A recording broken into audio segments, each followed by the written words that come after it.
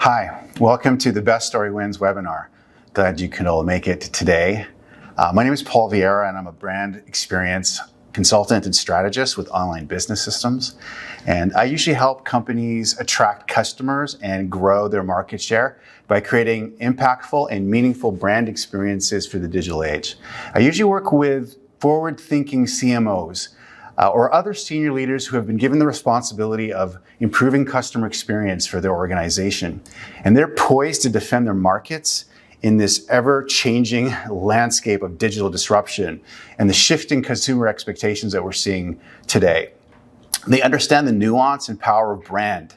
And they also understand there's a seismic shift going on in the digital landscape, in consumer behavior, in culture. And they think a lot about this. They think a lot about customer data. They think a lot about insights, market disruption, emerging technologies, competitive differentiation, and retention, loyalty, and maximizing ROI. So if that resonates with you, then I think you kind of ended up in the right place. Today, I'm going to be talking about how story can be used to develop and execute excellent brand experiences. And before I get into it, I'd like to talk about what I mean by brand experience. You hear a lot about customer experience and even employee experience, but what is brand experience? We kind of use this term as an umbrella term to sort of encompass all of it. When you think about it, your total brand experience is the sum of all the thoughts and feelings and reactions and lasting impressions that people have about your brand. And a popular way to say this is that your brand is how they talk about you when you're not in the room, right? And it's something that you can't necessarily control, but you can influence it and you can impact it. And you can do this by creating the right kinds of experiences. So yes, CX is about customer experience, and EX, employee experience, and we've heard about user experience, but all of this coming together in a unified, cohesive, intentionally designed way, that's what we're talking about. And these experiences don't just happen by accident. They need to be designed. And it's not just human to human. So you have your customers interacting with your people, and you have your people interacting with each other. But then you have the customers and stakeholders and employees interacting with the machines, the robots, the whole digital age that we live in. And those human to digital interactions is also a part of this entire process. And so really, this is what we're all about, what we're trying to focus on. And this is ultimately where this webinar is going. The future belongs to brands who can transform and create these intentional brand experiences that are powered by digital technology throughout the entire customer and employee lifecycle. So in this webinar, we will talk about brand experience and designing it using principles of story. So we're going to talk about why story is powerful, how it evolved with us, how our brains are wired for it. We're going to look at the link between story and experience. We're going to talk about the experience economy that we're firmly rooted in today, and also 5 elements of storytelling that we can use to design a compelling brand story. I like to call it the story-wise brand, and we'll hear more about that in just a few minutes. But before we go any further, I'd like to tell you a story. So I'm a dad. I have 4 kids. My oldest is in his 20s. He's 25. I started a little young. I was about 12 when we had our first kid. No, seriously. I want to tell you a story about our oldest son when he was 3 years old, and he came to us and he had built this masterpiece out of Lego, and he said, "Daddy, look what I made." And I was a young parent at the time, and I was very excited to see what he had made, and he showed it to me, and all of a sudden I was kind of horrified and terrified of what he had actually constructed out of Lego. It was a gun. Now, for the American viewers, I come from a foreign place called Canada, and we don't have a Second Amendment. So this was different for us. And we were new parents, very overprotective, too nervous. So I took my 3-year-old son, I put him on the bed. He was holding his Lego masterpiece, looking up at me with his big brown eyes. And I proceeded to tell him why guns are dangerous and why we didn't have toy guns in the house and why we don't want them playing with them and we don't want them even making them out of Lego. And I thought I really was compelling. I mean, I thought my 3-point sermon, if you could call it that, with great justification and rationale, really got through to him. And so then I looked at him and I was like, first of all, where did you learn about this? And he said, I saw it off of Fox and the Hound, you know, the Disney movie. The farmer was shooting at the fox with this gun. And then I said, well, do you understand what Daddy's trying to tell you? And he went like this. And I'm like, well, what do you understand? And he said, I should have never showed you my gun. And I was like, oh, missed the point. No, he didn't miss the point. Because that day, like every time, the best story wins. And my cleverly devised arguments around the dangers of gun didn't reach him. It was the fox and the hound. That's what reached him. That's what was compelling. So I'd like to talk about why. Like, what's going on in the brain? Like, when you heard that story about my son, there was stuff happening in your brain. They have hooked brains up to MRI machines to look at brain activity. And when you tell statistics and, you know, PowerPoint slides and you talk about prose and not story, only 2 parts of your brain light up, sort of language recognition, you know, and comprehension. But when you tell a story, up to 7 parts of your brain are active as you're engaged in the story. It's like our brains can't get enough of this stuff.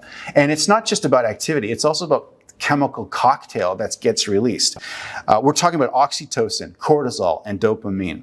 Now, oxytocin, Paul Zak talks about this as a famous neuroscientist when he conducted these experiments around oxytocin, and he could literally predict the level of charitable donations based on the levels of oxytocin in your brain. He called it the moral molecule, and it makes you feel empathy for other people. Cortisol gets released to draw your attention to something, and it usually uses distress to trigger it, right? Focusing your attention is metabolically costly for your brain, so it tries to offload that as much as possible, muscle memory and other things. If you drove today, you probably don't even remember how you got to the place you went because your brain sort of offloads that activity. It takes a lot to focus, but when it needs to focus, like some child runs across the road and all of a sudden you get triggered, cortisol gets rushed into your brain, giving you the ability to focus and make quick decisions. That's cortisol. And the third chemical is dopamine, and that's the payoff. That's the pleasure chemical. And truly, they've understood, neuroscientists, that all 3 of these chemicals get released when you're engaged in a story. And it surprisingly aligns to the common sort of structure of a story of 3 acts. So like in the first act, you get to know about your protagonist, the main character, and you care about this character. So it induces the empathy of oxytocin. And then as you get into Act 2, that's when the tension starts to rise, and the distress and the conflict, and the cortisol gets released. Until finally Act 3 is where you resolve the conflict in the story, and there's this climax, and there's this dopamine hit. And that happened in my story with my son. You started to feel empathy for me as a new parent, and what my son was going through. You were drawn in, and then all of a sudden, the tension of like me having to confront him and explain to him the dangers of guns and what's he going to do, what's he going to say. And then there's the dopamine hit at the end when an unexpected answer comes, and it makes us smile, or it makes us cry, or it makes us ecstatic. So we can see that these chemicals being released in the brain are completely connected to story. And that's powerful because really it's a testimony to how story and people evolved together. In fact, there is an evolutionary purpose for story. There are several of them. One of them is theory of mind. Human beings developed this ability called theory of mind, and we're the only ones that can do it to this level of sophistication that we have. Apes and elephants and dolphins have various forms of this, but nobody can do it like people. And what this really is about is the ability to infer another person's emotional state or intentions, be able to really get into their shoes and understand what they might think and do. And that is literally how we ended up developing language and culture and developing as a very sophisticated social species. And really, what does that have to do with story? Well, scientists think that we developed theory of mind by storytelling, through storytelling, by gathering around and talking about the things that happened and identifying with the characters of the story, identifying with the protagonist, and practicing and exercising the ability to infer another person's motives, emotional states, goals, ambitions.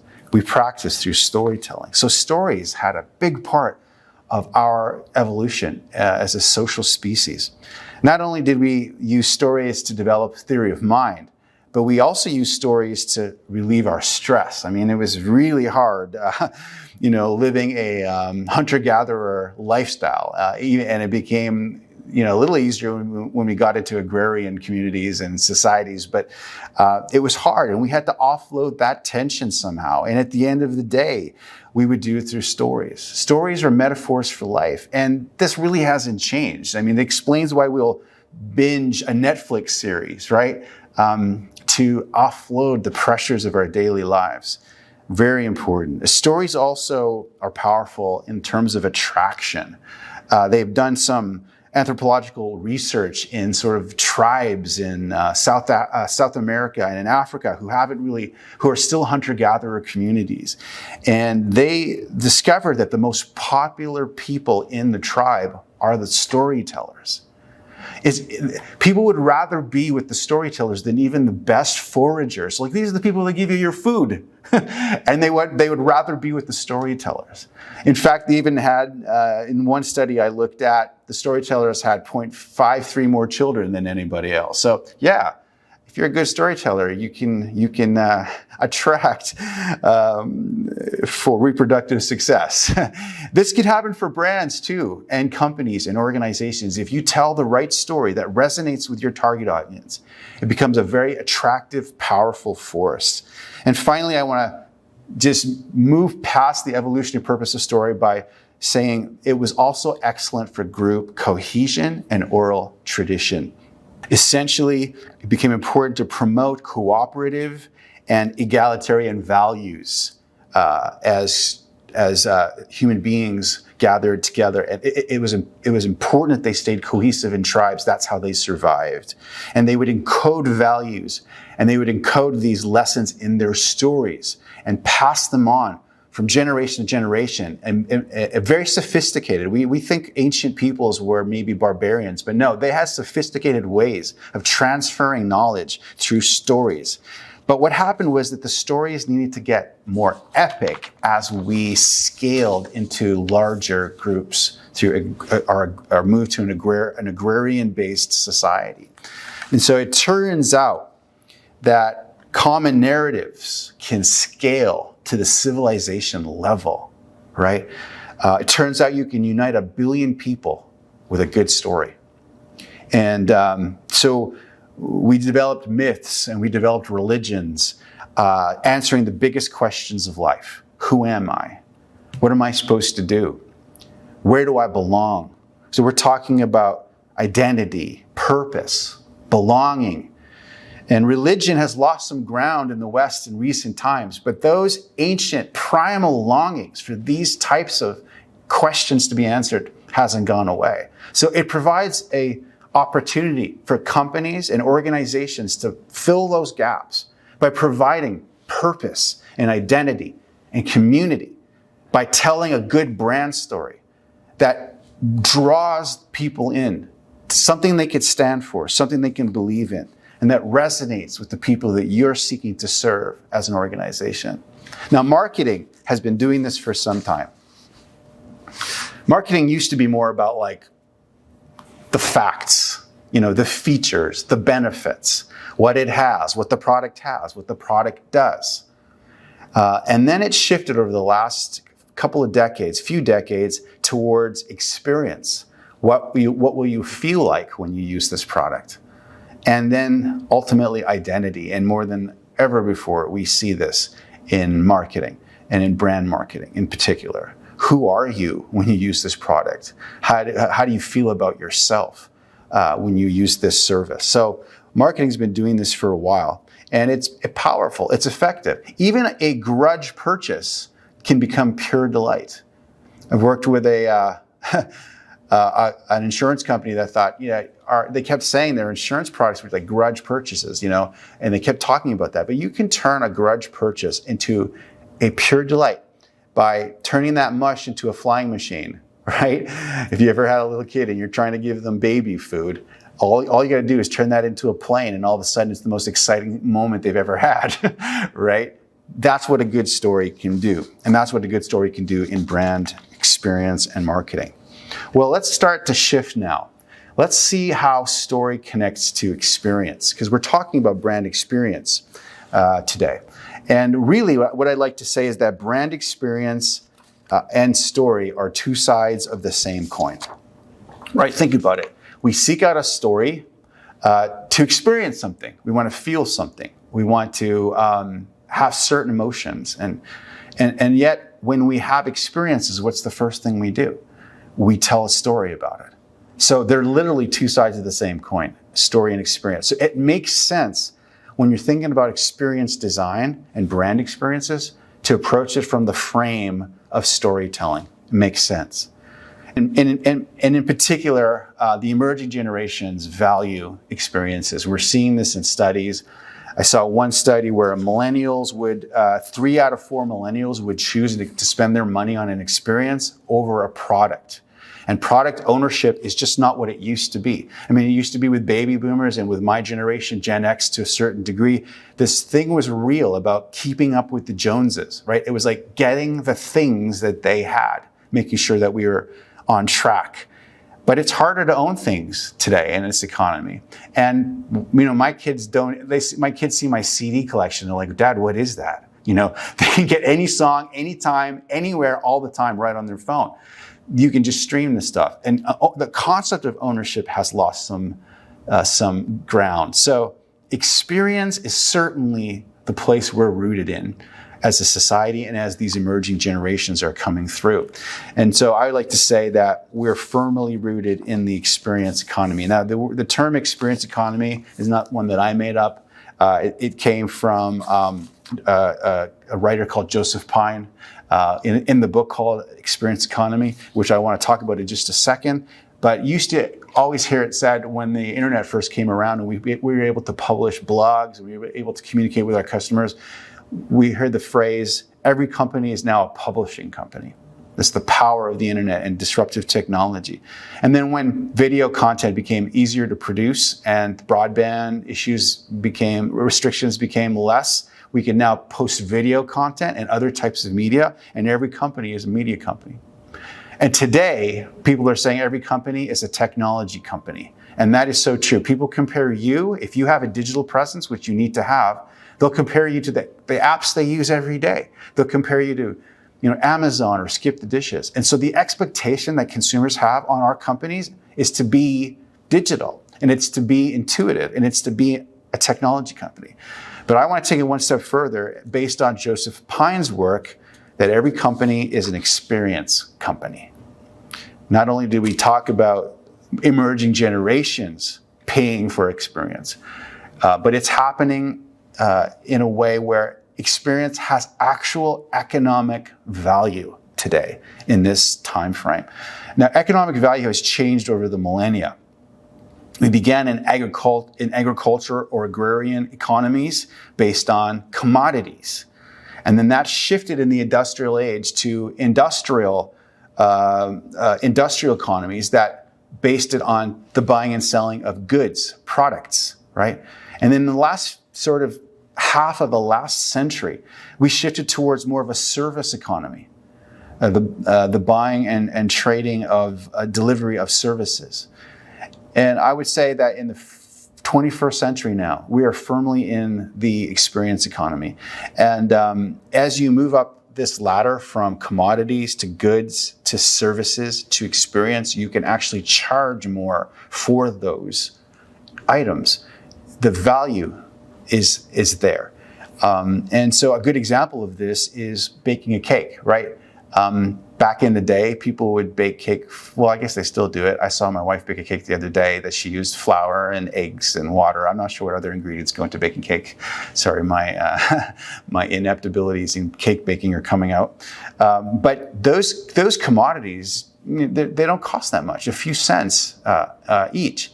And then Betty Crocker came along and introduced the idea of putting these ingredients in a box and selling it as a product. And now you could pay $2 and bake your cake, but it was a little easier. It all was there for you.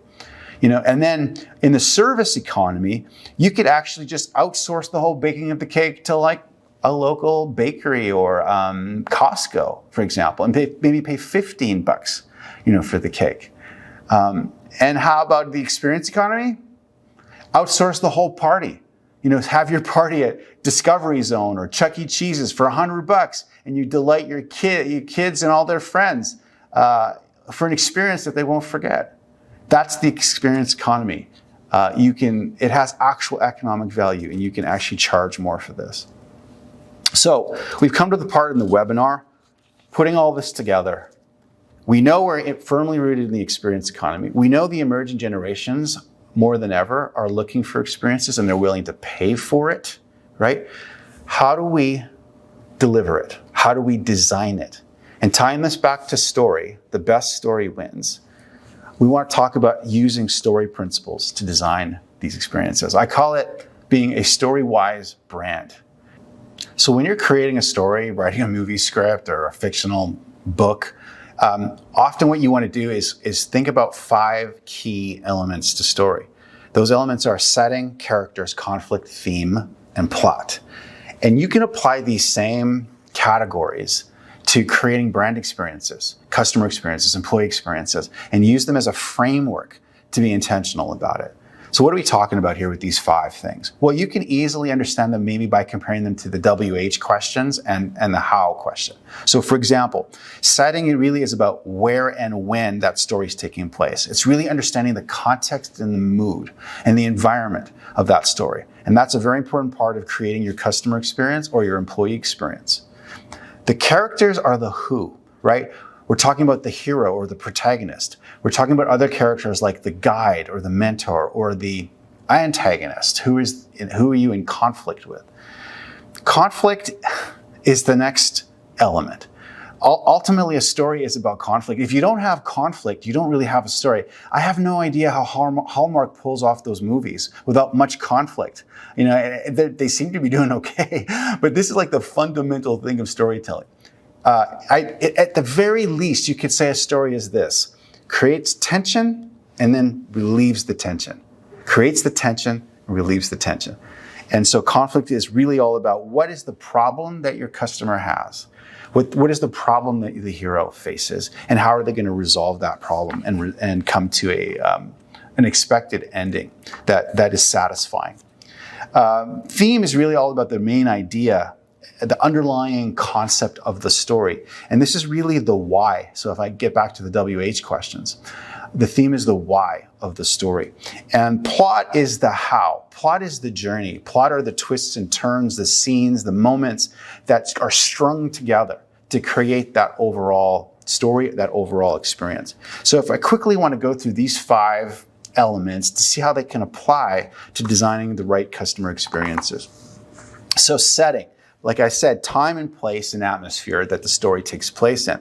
And when I think about the company I work for and the clients that I work with, really the context there, the setting there is about securing their place in the digital age, right? In this time of very rapid and evolutionary market disruptions and the evolving nature of customer expectation and employee expectation. In fact, I did some studying about this recently, and I found this study from North Carolina State University around risks that executives are facing around the world. And they have identified their top risks, not only over the next year, but over the next 10 years. And I have the risks up on the screen for you today. And if you look at these risks, it doesn't matter what room I'm in, I'll say how many people are facing at least 5 or 6 or more of these in your company, and almost everybody's hand goes up, right? We're talking about things like digital transformation requiring new skills and the ability to attract talent and keep talent, succession challenges, right? Innovation outpacing your ability to compete, economic conditions going on, new competitors entering the industry, resistance to change in the organization, cybersecurity concerns, and then sustaining customer loyalty when there's these evolving customer preferences and expectations. These are common challenges that are being faced. And so this is the context, this is the setting of our story. And there are also experience trends that are happening, self-service trends, customer expectations, like I said, of every industry. Every industry, every company is an experience company. They're looking for customization and personalization and predictive analytics and support. They want to be able to choose whatever channel they want to use to communicate with you. They want stronger relationships with your brand. And then there's AI and chat GPT and all these disruptive emerging technologies that are completely shaking up the industries. So this is the setting we live in. So if you're telling this story as a brand, you want to understand that setting. The next thing we want to move to is characters. These are the individuals and entities that drive the story and the experience forward. And I like to say that the hero of your story is not you. It's not your organization or your company or your brand. The hero of the story is your customer.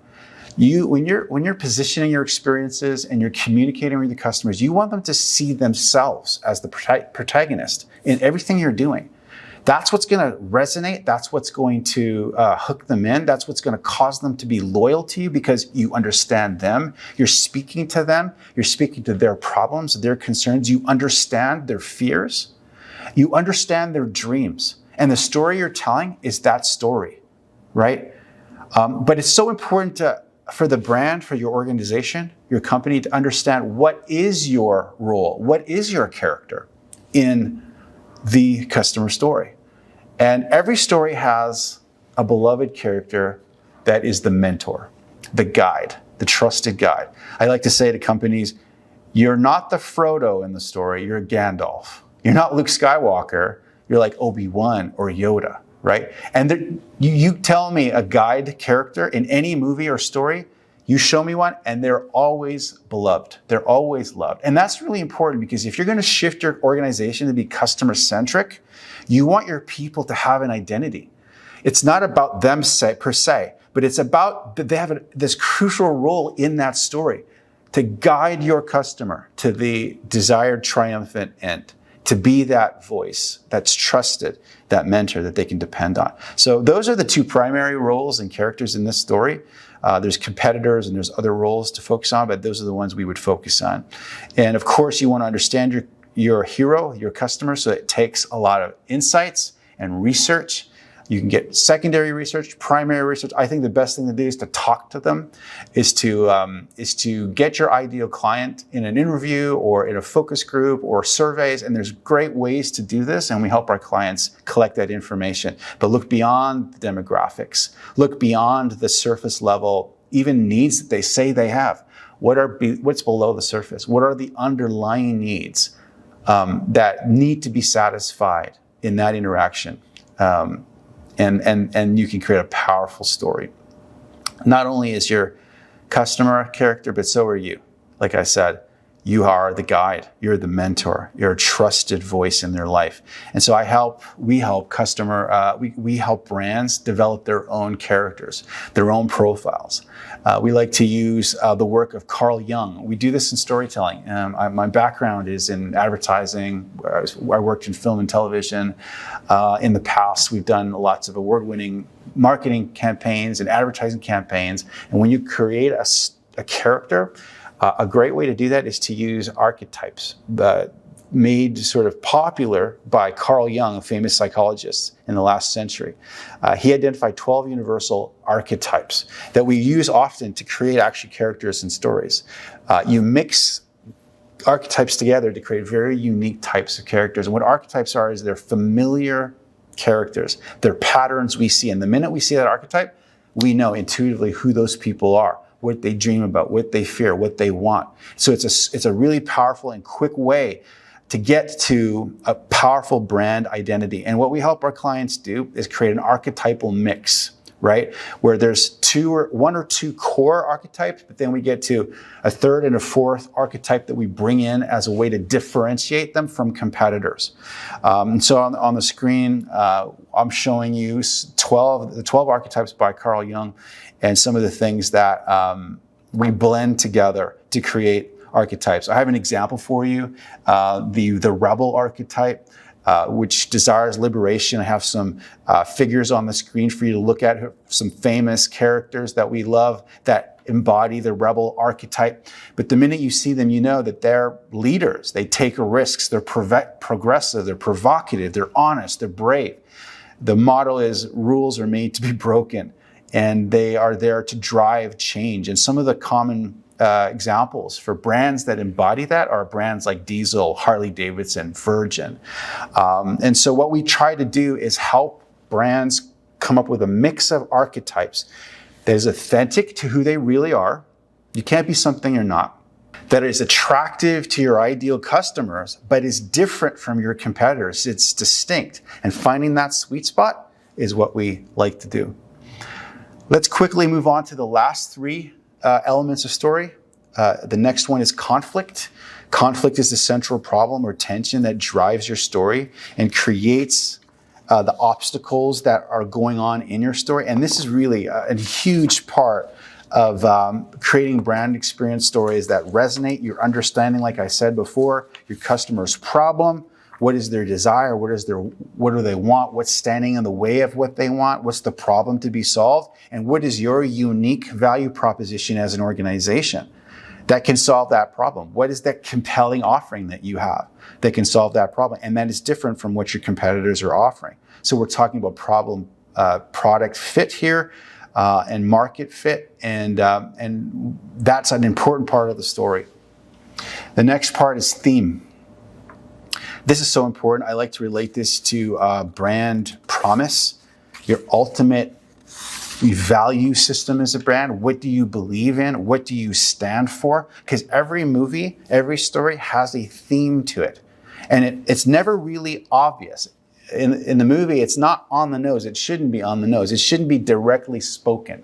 There's an adage in filmmaking where it says, show, don't tell. So don't have your characters like tell secret messages to your audience, almost in a way where you're like, okay, I get what they're trying to do. You want to show the theme. And that's what happens in a good story. The theme is the central idea that drives the narrative from beneath the surface. So you have the story on the surface, but you have this truth that is below the surface that's being expressed through the experience, not necessarily explained. And so, for example, in Lord of the Rings, you could say the story is about a hobbit tasked with destroying an all-powerful ring. But what's the theme? Well, there's a lot of powerful themes in that story. But one is that power is corruptive and that those who sacrifice themselves for the greater good will overcome, right? And that becomes the underlying theme. And the twists and turns of the story is that theme true? Is it true or not? Will good conquer evil? Oh no, evil's winning. Oh no, good's winning. Yes. Oh, evil's winning. And that is what's on the line when you're taking a person through that story. And I like to relate this to brand experience in terms of your brand promise, the thing you believe in, the thing that you're saying to your customer, this is what you stand for, right? The central idea of your brand. And it's on the line with every experience they have with you, with every encounter. It's being tested. And often these brand promises will be captured in a slogan. So I have a few of them on the screen for you to look at. You know, Nike's famous, just do it. You know, put your excuses behind and rise up. We believe in the human spirit to overcome adversity. Apple's think different, you know, that innovative, they believe in the creativity of the human soul. So it's powerful because you have these underlying themes, and your brand should have one. Your company should have one. And when it does, and when you're intentional about how it's designed and how it comes through your experience design, it'll resonate with your audiences. We help our clients figure that out. And finally, plot. plot, this is maybe traditionally what might be thought of when you think about customer experience, journey mapping, looking at moments of matter, looking at the pain points, the opportunities.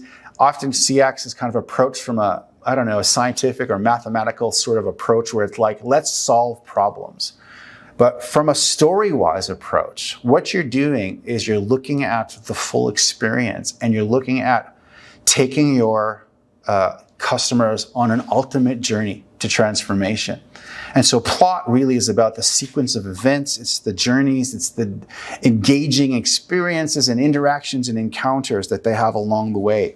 And this can equate to employees as well. You can apply the same principles to employees and through the employee life cycle. So in storytelling, there's all kinds of structures you can use to sort of organize the structure, the plot of your story. But one simple one is Freytag. Freytag was a 19th century German playwright, and he had this sort of simple, sort of 5-part sort of pyramid structure, story plot line. Again, you can see the Act 1, the Act 2, the Act 3, but then how he organized it was exposition, where you sort of set the background, the setting, you meet the characters, you start to care about these characters. And then there's this inciting incident that happens. This is what triggers the story, and it's the catalyst that gets the story moving. And when there's an inciting incident, you always know there's an obligatory scene at the end. So like when that first shark attack happens in Jaws, you know that the hero is going to have to face that shark at the end and defeat that shark, right? It's an obligatory scene. So when you can understand your customer's journey, what is the trigger, the catalyst that brings them to you, then you know what that final scene needs to look like to resolve this problem. And so there's rising action in this journey. It reaches this climax, this obligatory scene, and then there's falling action, and then denouement is basically the French term for the ending, where you sort of tie up all the loose ends. And so you can use this structure to design macro-level customer journeys across the entire customer lifecycle, or you can use them even to design very specific interactions like making a payment or making an inquiry. So those micro journeys, it really works. And so I'm going to leave you with a slide like this where you can use these 5 elements to design an experience. It's actually Joseph Pine that talks about this in his book, again, The Experience Economy, where he talks about the 5 E's of experience design based on Freytag's pyramid structure. Entice, enter, engage, exit, and then extend. And you can literally plot your customer experiences along this type of journey. So storytelling has a lot to offer. Of course, the digital journey is going to be a part of this whole experience. So we help our clients figure out how to incorporate digital technology, not only to directly interact with your audience, but also the enablers that happen behind the scenes. So I want to end with this. Why are you here? Why are you watching this webinar? If you've lasted this long, congratulations. Thanks for going with me on this journey. But maybe you had an idea of why you clicked through on this. Something resonated with you. You want to find out more about this. It was intriguing to you. But now that you've heard this content, I want you to think about what stood out to you. What really reached you? What really made sense? What had an impact? And really spend some time thinking about that. There is a next step we can take together. And so there'll be content around the page that this video is on that can explain to you other things we can do together and start a relationship that can help you accomplish your goals around experience design, around brand experience and customer experience, employee experience. And I'm leaving you with this idea of the story-wise brand and the story-wise framework and using those 5 elements of story to take your organization on a journey to becoming a customer-centric, a powerful organization that really meets the needs of your customers. Setting, characters, conflict, theme, and plot. We have workshops that can take you deeper into those 5 elements. We have deliverables and other types of outcomes that we've seen happen with other clients. And we would love to have a discussion with you to see where we can be of help and of service to you. So if you enjoyed this content, if you want to get deeper, if you want to go further, there's ways to do it. Just look at the information on the page. And I just want to thank you for going with me on this journey today. and I hope to interact with you soon. See you soon. Thanks again. Goodbye.